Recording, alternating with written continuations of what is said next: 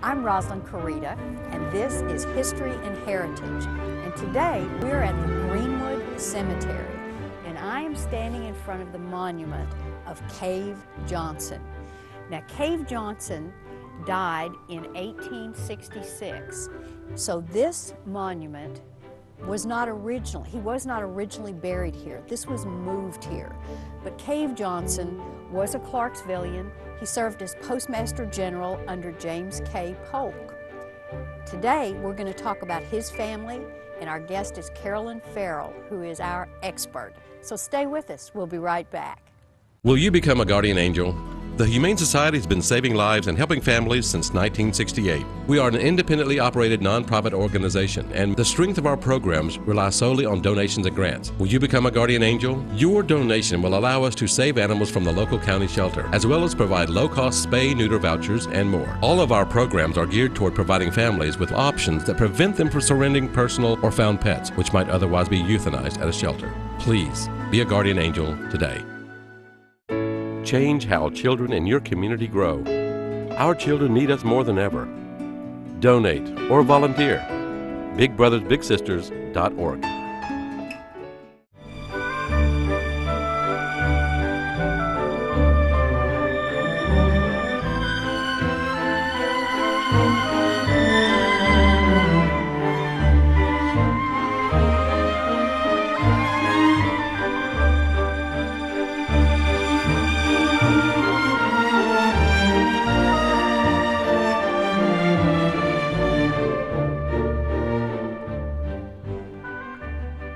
Carolyn Ferrell is here with us again, and she is our expert.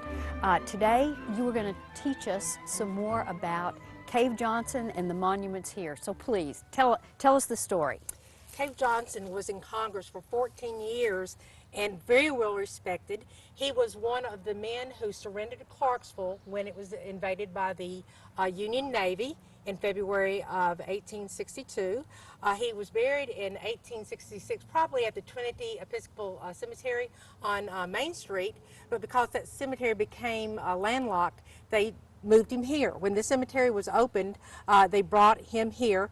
This is the Johnson plot, and it was purchased from the cemetery, the first one to be purchased from the cemetery by Pope Grundy Johnson, his son.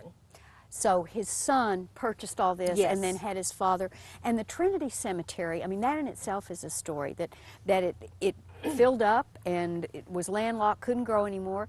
So they actually paid someone to move all the graves. George Cook was a member of the Trinity, and they actually traded him the land for moving all the bodies over to either the city cemetery or to Greenwood. And it wasn't just because the cemetery became landlocked that they had to move it.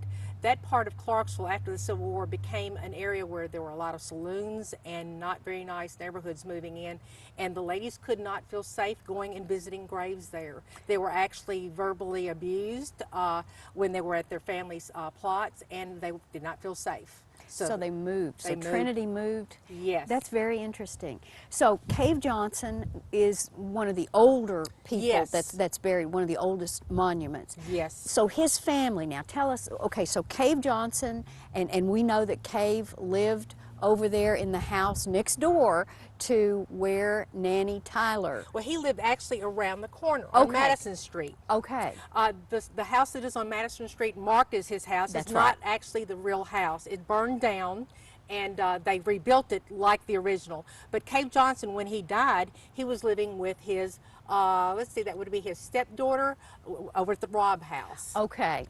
And so his son, Polk Grundy. And Polk is buried right here. Right here. Okay. Tell us about, I mean, this is a huge monument. Tell us a little bit about it itself. It's saying I was an important person. When you see a large monument like this, it's interesting that he made his monument, or had his monument made larger than his father's. Who was Postmaster General. Yes. Yeah. So it says a lot. But Pope Grundy was very powerful. He was a clerk with the court in Clarksville. He owned a lot of land. He, of course, married twice. He married Emma Robb, and then he married Nanny Tyler, the sister of Judge Tyler. And his family is buried here. His first wife is here with the children that they lost. And Nanny, his second wife, with the children that they lost, are all buried here within the same section. You know, we know that at that time it was not uncommon for people to lose their young children. Right. And what a tragedy. In the monument itself, I know we talked a little bit about Victorian times and that there was a lot of symbolism on the actual monument. And so sometimes when we look at these monuments, we see sort of unusual features. And we in our time period, we don't quite get the language. So like this, it almost looks very ghostly, these things on each side. It's meant to be. This is probably one of the most common funerary art that is done at this time. It is an urn, and it is draped, and it is showing the earthly remains, and of course the drapes saying the separation between what is earthly and what is heavenly. Ah. It's a whole language of icons and symbols within the cemetery, and some of them are meant to be complimentary, and some of them are not meant to be complimentary. You just need to know how to read them. And obviously you can read them. So within this Johnson family, take us through the rest of the family so we can see their monuments, and if there is something in this language, this funerary art, maybe you can point it out to us. Okay. Cave was the son of Pope Grundy and his second wife, Nanny Tyler. He was in the Spanish-American War and was wounded or became ill. I think he became ill during that war and never really recovered. He was probably in his 20s when he passed away. So this was a real blow. When you get a child, your child past childhood, you think they've got a good chance to go on and live, and yet this tragedy befell them. So they named, Pope Grundy named his son Cave after his father, Cave. Yes, after his grandfather. Grandfather. Right. And so on this monument, do we see anything in no, funerary? This is very plain. Very plain. And so over here, though, we have... these are an extended family. These are the Garlands, and Betty Garland was the stepdaughter of Alfred Robb. So this is really the in-laws over here. And again, her name is Nanny. Right. So we do continue to see that name. Right. But this is very elaborate. You've got the stone, upon this rock I will build my church. You've got an open Bible or an open book saying that all my life is known to God. And you've got, obviously, a woman that's grieving and holding onto a cross, meaning that she's leaning on her faith. And you know, I think that without your explanation, we feel that, but having you explain it really does make sense, and as you say, explains the funerary art. And so this was extended family. Right. Take us back over to the Johnsons, where we see, you had said that they had lost twins. Okay. They would be over here. I believe they died within a month of each other. And this would have been the children of Emma Robb and Pope Grundy Johnson. So they're buried together. And this has been, you really can't read this very well. No, not very well. It's so old. Tell us about this in terms of funerary art. Okay, again, you've got the cross that is holding the two together. This is obviously a child's grave. It's much smaller, much simpler, but you've got the cross here, again, relaying the faith of the family that they are going to see these children again. They had such a strong faith. Even though you lost a child, they rest in assurance that because of their faith and what they believe, that these children would be seen by them again. And who do we, okay, here is... This is the mother. This is the first wife of Pope Grundy, and you can tell how much she was loved. He had a very ornate monument made for her. You've got the lilies up at the top, representing purity. Okay. And you've got the vines winding around the outside, which of course means everlasting life. Oh.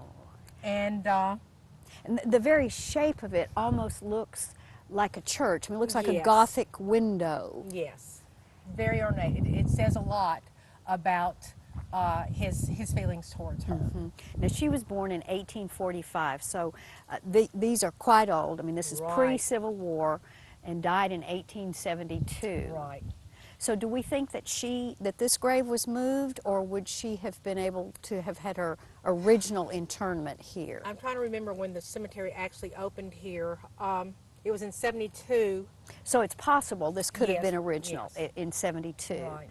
So we have Cave Johnson. So we really have all the Johnson. Yes. Is there anybody that we did not point? Well, the second wife, Nanny Tyler, the sister of Judge Tyler, is buried here. And because of this large tree under us, a limb fell and about obliterated her name off of it. I don't know, I wish something could be done about that. That's very sad. Her daughter, now there's a son. Okay. This is the daughter, Mildred, who died. We have a portrait of her in her 20s, and so she did live beyond childhood. Very attractive young lady. And again, these are very simple. We're not Yes. seeing a lot of Yes. symbolism. No. But you know this cemetery so well, and you had told me about a number of different stories, and I hope that we can take a look at some of those. Have you ever been hungry, worried about where you're going to get your next meal? Loaves and Fishes is an organization feeding the hungry. Primarily through volunteer efforts and donations, we are able to accomplish this mission. Loaves and Fishes provides a midday meal Monday through Saturday year-round. We provide food to agencies helping the needy through our distribution program. If you would like to donate, get involved, or for more information, you can find us on the web at www.loavesandfishestn.org. Please help us with our mission of feeding the hungry. My mom's a hardcore enabler. I first realized it when she said we should have a party at our house. We're gonna have fun tonight? You ready? She even got my dad to say Just okay. lighten up a little bit. They're teenagers. Going back. Everybody's in the back. She's so hooked on enabling that my friends think she's their buddy. If she doesn't care, why should I? Enabling is a drug. Get help. The partnership at drugfree.org.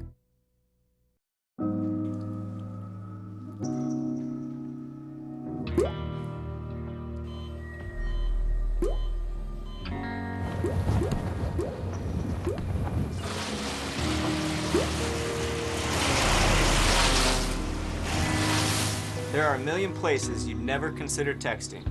So why would you do it while driving? Leave risky driving to the professionals. Stop the texts, and together we can stop the wrecks. But there was one other that just dominates the cemetery, and that, of course, is the Confederate monument. Right. And so I'd like for us to take a look at that and have you tell us. I mean, this absolutely dominates the entrance, and as you pointed out, the Johnsons bought this plot early on, and it was one of the prime. Yes. And I guess because it was located by the Confederate Memorial. Well, the memorial actually came later. Okay. There was actually a discussion on where to place it. One thought was, and it was very heavily argued, was that it would go in the yard of the courthouse. Ah. And for whatever reason, it was chosen to be here. Now, the person who had the final say over the design was Charles Tyler, because he was a financial officer. Okay. So he's watching after this. But this monument is actually made from actual photographs of people who lived in Clarksville who fought in the Civil War. We've got Clay Stacker over here. On the left? Yes, who as a cadet fought in the Battle of New Market, and he has his name engraved on a monument at VMI in Lexington, Virginia. I just saw that and photographed that this summer. So Clay Stacker is a part of Clarksville history forever. He was pictured as the cavalryman. The artilleryman was Charles Bailey, and up at the top is Robert Bringhurst. And Robert Bringhurst is being honored at the top for the reason that he was one of the three that did not survive the Civil War. Oh. He died at the Battle of Franklin. He actually had a furlough in his pocket. And this is a sad story. Such a sad story. He had a furlough to actually come home. He'd already been wounded at the Battle of Atlanta. He could come home and bypass the whole battle, but he went to the field on crutches, and he told General Quarles that I'm there to support my boys. So he went out into the battlefield and was shot 8 times, laid on the ground. It was November 30th, very, very cold, laid there all night long in the cold and died a couple of days later. So they are honoring him by placing him at the top. He is not buried here. He is buried over at the city cemetery known as Riverview. And you know, I think that seeing a Confederate memorial, we all know, is a very common monument in many towns in the South. Right. This one is very large. Yes. And uniquely that it has real Clarksvillians. Right. So who paid for this? How was it that Clarksville really went to such expense to have this? The people who spearheaded it were the Forbes Bivouac, named after Forbes, who was in the Battle of Manassas. And the Forbes Bivouac was like any bivouac where you had a brotherhood or a membership of veterans from the Civil War, and they come together, they have their meetings, they have their officers, they go to reunions together, they keep alive the memory of the men who died and who gave, you know, everything for their country. And so they spearheaded this, and Charles Tyler, who of course was a member of Forbes Bivouac, he was in the 50th Tennessee, and he actually was the final say on the design of the statue or the monument itself, and they raised the money in Clarksville and had the statue made, or the monument made. The funny story about this is it was so large that when they got the monument here, I think it was made in Chicago, they got it to the train station, and the man who had done the work behind it thought that the railroad depot was right next to the cemetery. So they've got this huge monument with no way to get it from the depot over here to the cemetery. So the man has to go back to Chicago, get some trucks, drive them all the way to Clarksville to get this thing set up in the cemetery. Oh man, it was a mess getting this thing set up. In fact, it almost missed its unveiling day. Now, how did that happen? You mean because of the delay? And the unveiling of the monument was tragic and had a tragic event happen with it. It was unveiled by Hope Gracie, and when she pulled the cord to unveil it, the veil didn't drop. And so she's tugging on it, and it's like there's a moment there where they're not sure what to do. All the audience is saying, "Oh, please!" And then they start singing. Molly Tyler is starting to sing, and just as she starts to sing, the thing comes down. Oh. But there's a gun salute given to honor, like they do at any military ceremony. And one of the men who is plunging the cannonball or the charge down into the cannon, it mischarged, and it blows his hand off. And the ramrod goes flying off to the crowd. Oh my gosh. And so they have to get him and take care of business and, you know, make it to where the women didn't see too much and get him out of the cemetery so they could continue with the ceremony. Oh my gosh, that is, talk about bringing history to life. That's unbelievable. Right. Oh, well, there are so many stories here. Stay with us. We will be right back. We're going to take you to another part of the cemetery, and there are some, at least one, kind of uplifting story here.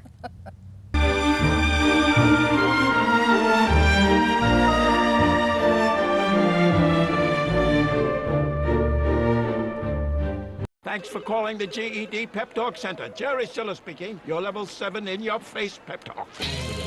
I can keep pushing. Believe me, I'm good at it. Once you've got your GED diploma, you'll feel so good about yourself. You tell him. Mr. Trejo, can I transfer this guy to you? He needs something a little more Persuasive. Yes. Whatever motivation you need, we've got a pep talk for you. Get your GED pep talk and find free classes at yourged.org.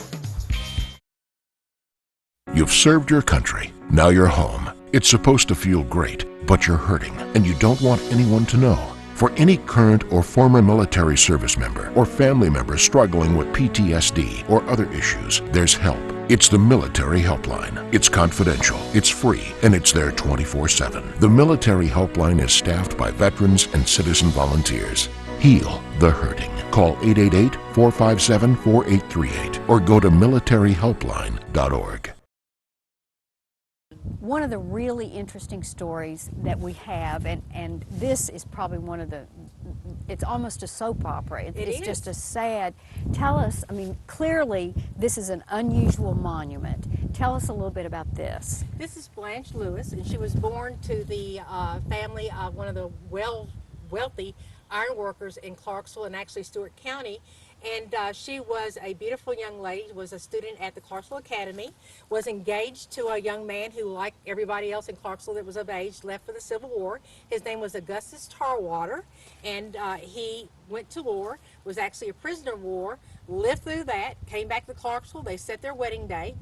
They were getting ready for their wedding on Christmas Day, and he had caught a cold up north on a business trip and was sick up until the day that they were to be married, and then he died on the day of their wedding. Oh my gosh, on the day of their wedding. And they had already sent out wedding invitations, or were getting ready to, and so they turned the back of the wedding invitation over and put the funeral invitation. And at the time when you received a funeral invitation, you were bound by honor to attend. It wasn't a question of whether you would or you were supposed to attend. And so she lived out her life still in love with him, and lived to be in her 60s and wanted to be buried next to him here, and so she is. And so in this monument, is there anything that you can tell us symbolically? Well, she's holding lilies again, which represent purity, and she's holding one in her hand here. My question has always been, why is the statue made to look this direction? If he's buried over here, why wouldn't She'd be looking at him. Yeah, she would be. Maybe it was because the other plots had been bought by the time this was the only one open. But she's actually facing away. This is Augustus's brother Hiram, who married her sister. Oh, now this is his. This is his grave. And so this, she is buried next to him. Yes. Tell us about this symbolism. The vine, of course, is representing everlasting life again, and it's trailing upward. You've got the column, which again is showing significance. You know, the column always represents something of importance. So again, his monument is very stately. Okay, so here is Augustus that died on their wedding day. Yes. And Augustus's brother. Right, who married her sister, Sally. There were two brothers and two sisters in love. Oh, what a sad story. They had a child that they named Augustus, and he died very young. Oh, this is a tragic, tragic story. Yes. And so the symbolism here and here is plain, I think, to us. Right. Are there any others that are close around here that you see that have some symbolism that we haven't really seen?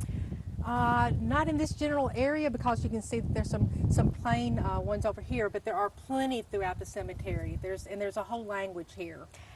And I know you've taken the time to learn this language, and we did promise that we were going to have one uplifting story. So let's go find that one uplifting story. Okay.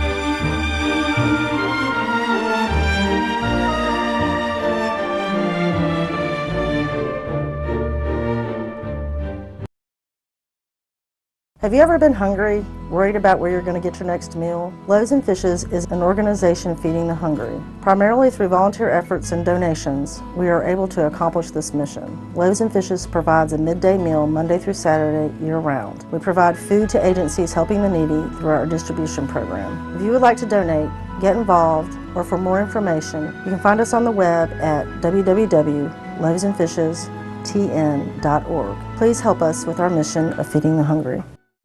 Change how children in your community grow. Our children need us more than ever. Donate or volunteer. BigBrothersBigSisters.org.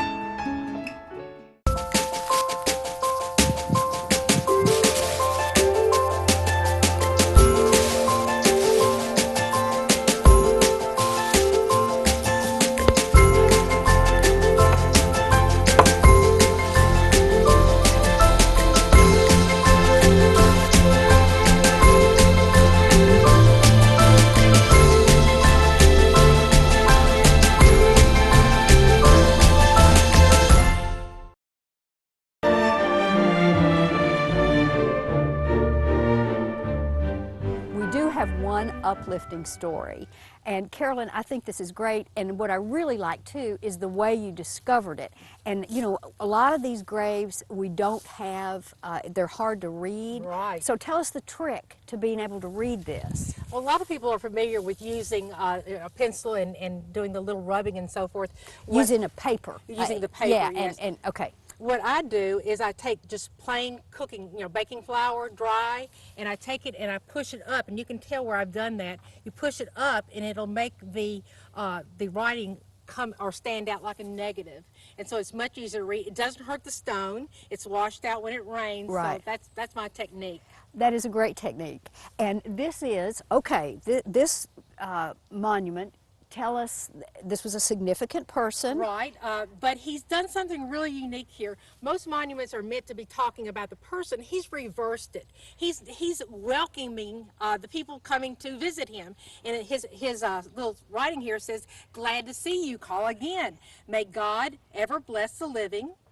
And it says, "And may the flowers around the grass of the dead ever bloom," or the graves of the dead ever bloom. Oh. He's turned it around. It's right. like, Instead of sadness yes. coming to visit, he's saying, "Happy to see you. Yeah, thanks for visiting coming." me. Yeah, so it's a very uplifting, and I wish I knew more about the person. It's Eleazar, but he turned it around. Well, and knowing you, I know that there's a lot of detective work ahead, and you will find out about this fella. You will. And he is in a beautiful setting. Right. Tell us, Greenwood Cemetery itself, people can still be buried here. Yes. We look at all these really old tombstones, but people really can still be buried here. And there are also, there's so many graves here. Do you have any idea how many? I think there's something like 13,000 plus. Ah. And they can expand. There's like 100 acres here, and as they need, they expand the cemetery like they did in this section over here behind the mausoleum. Okay, and then there are places where they're not going to put. Not So ever. kind of point that out to us. Okay, we are over here on the rim of what is called the bowl. The bowl. Or the sunken garden. Okay. And, this was probably natural. It is natural. One of Clarksville's famous little sinkholes that we have. Yes. And it was designed not to have anything major growing in it. These trees, again, were probably planted by the squirrels. And if you look right there through those two trees, you'll see some stairs going down to the sunken garden. At the time that Herbert Rourke designed and landscaped Greenwood, he had a gazebo down here. There were park benches all around because this was a park-like setting, and it was, again, the thinking of the time is to make a graveyard attractive, welcoming, and comforting. And so he had places for people to sit and visit. And they would come off the trolley cars, have picnics here in the cemetery, and Sam Beatty, let's see, was it Beatty or maybe Hicks? They actually sparked here in the cemetery. They courted in the cemetery because it was a park-like setting. There were other people around, which was very proper. Right. So, but no burials are ever going to be allowed in the sunken garden. Well, I have to comment, you said that the squirrels buried a lot of the nuts and are responsible for all these beautiful oak trees. They couldn't have done a better job. They did a very good job. It is such a beautiful setting, and as you said, it is comforting, and when because this is a history show, we, of course, love history, and we're surrounded by it. Yes. I think that this really sums up everything we try to do when we talk about our history and our heritage. Right. So I thank you for You're very welcome. teaching us, and we'll do this again. Remember, it's your history and your heritage.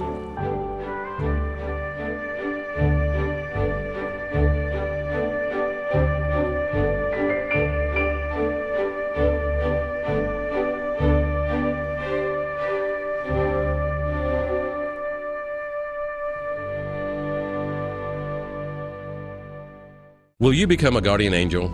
The Humane Society has been saving lives and helping families since 1968. We are an independently operated nonprofit organization, and the strength of our programs rely solely on donations and grants. Will you become a guardian angel? Your donation will allow us to save animals from the local county shelter, as well as provide low-cost spay-neuter vouchers and more. All of our programs are geared toward providing families with options that prevent them from surrendering personal or found pets, which might otherwise be euthanized at a shelter. Please be a guardian angel today. Change how children in your community grow. Our children need us more than ever. Donate or volunteer. BigBrothersBigSisters.org.